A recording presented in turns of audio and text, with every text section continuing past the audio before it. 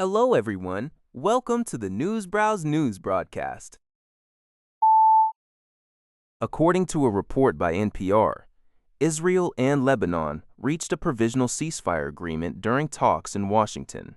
However, the truce stalled almost immediately due to continued fighting on the ground and political opposition. The militant group Hezbollah officially rejected any agreement that does not begin with the complete withdrawal of Israeli forces from Lebanese territory.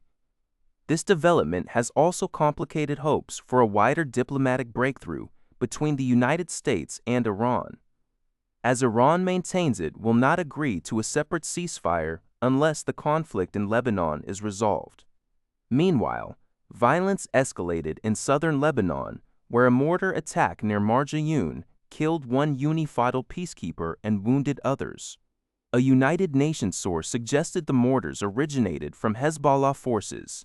Adding to the impasse, Israeli Defense Minister Israel Katz announced that Israel is demanding the creation of a demilitarized zone inside Lebanon and reserves the right to target Hezbollah, stating that Israeli forces will not withdraw from the south.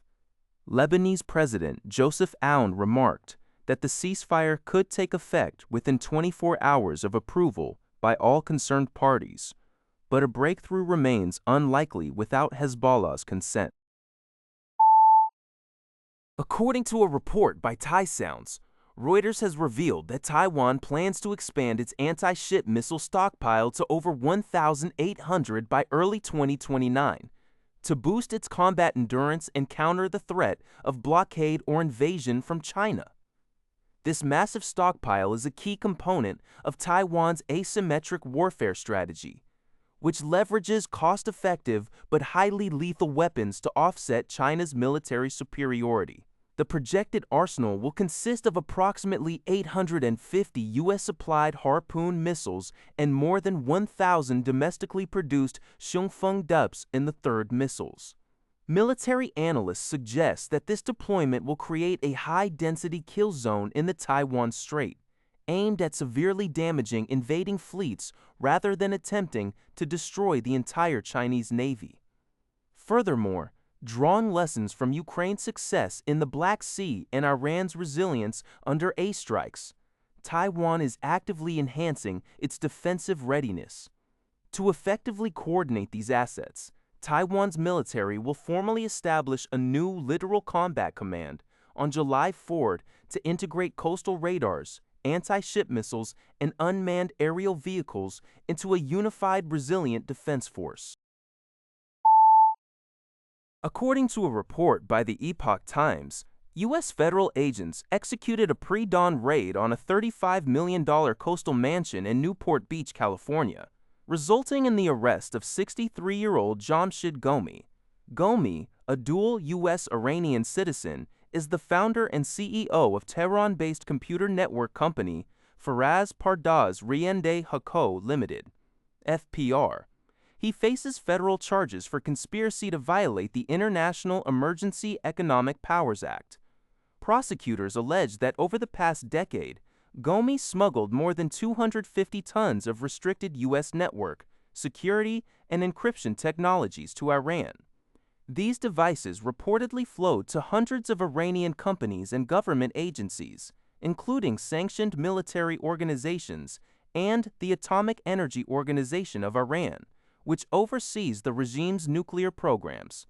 In addition to export control violations, Ghomi is under investigation for tax evasion and money laundering. Despite his company generating over $10 million in annual sales, Ghomi claimed the Earned Income Tax Credit, reporting a maximum personal annual income of only 20,684 tsu to the IRS. If convicted of the smuggling charges, Ghomi faces up to 20 years in federal prison. According to GG Press, Marjane Satrapi, the acclaimed Iranian-French author and film director, has passed away at the age of 56. A close associate revealed in a statement that she passed away out of deep grief just over a year after the death of her husband. Born in 1969 in Rasht, northern Iran, Satrapi moved to France in 1994 and obtained French citizenship in 2006.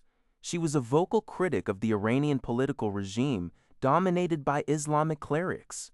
Satrapi gained international renown for her autobiographical comic series Persepolis in the early 2000s. The work humorously yet poignantly depicted her childhood and adolescent life in Tehran, set against the turbulent backdrop of the 1979 Iranian Revolution and the subsequent Iran-Iraq War. The comic was adapted into an animated film in 2007, which won the jury prize at the Cannes Film Festival and achieved global acclaim, including a release in Japan. Following her passing, French President Emmanuel Macron paid tribute, describing her as a great artist who elevated her childhood in Iran into a universal story. That's all for this video.